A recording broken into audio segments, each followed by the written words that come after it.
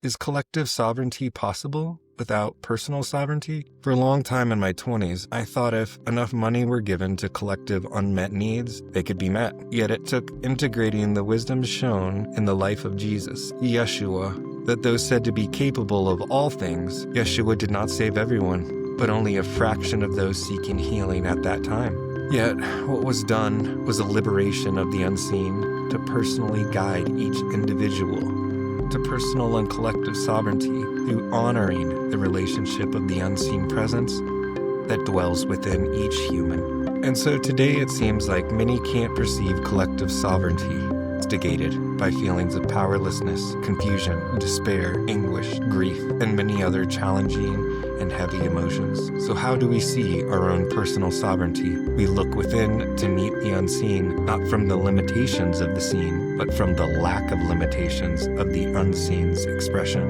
and ask, how does personal sovereignty call for personal and collective expression? And how does the actions toward collective and personal sovereignty impact the perception of the seen and unseen? In my life, the union of the seen and unseen has expanded and refined my perception of personal and collective sovereignty from the clarity of insight felt in the unseen.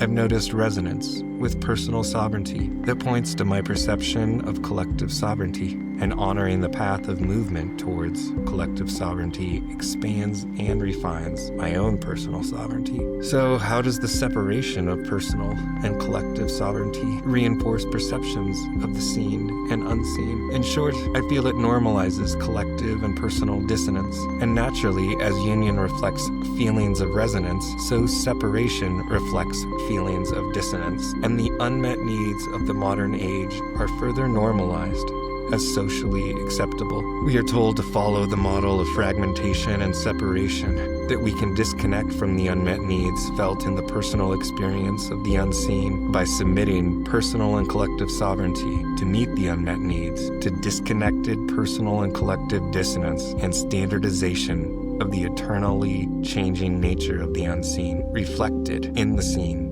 as movement through time. And now that that's all been said, I'd like to say that the more of the unseen I meet, the more it calls to be seen and rest in union with the seen. And I also believe what is seen calls for things that are out of union to dissolve and return to the unseen. Much more on that in this podcast's future episode 1 of the 3rd chapter on generational healing that speaks to what the unseen has impressed on me about the story of Adam and Eve. So I genuinely thank you for listening and joining the conversation.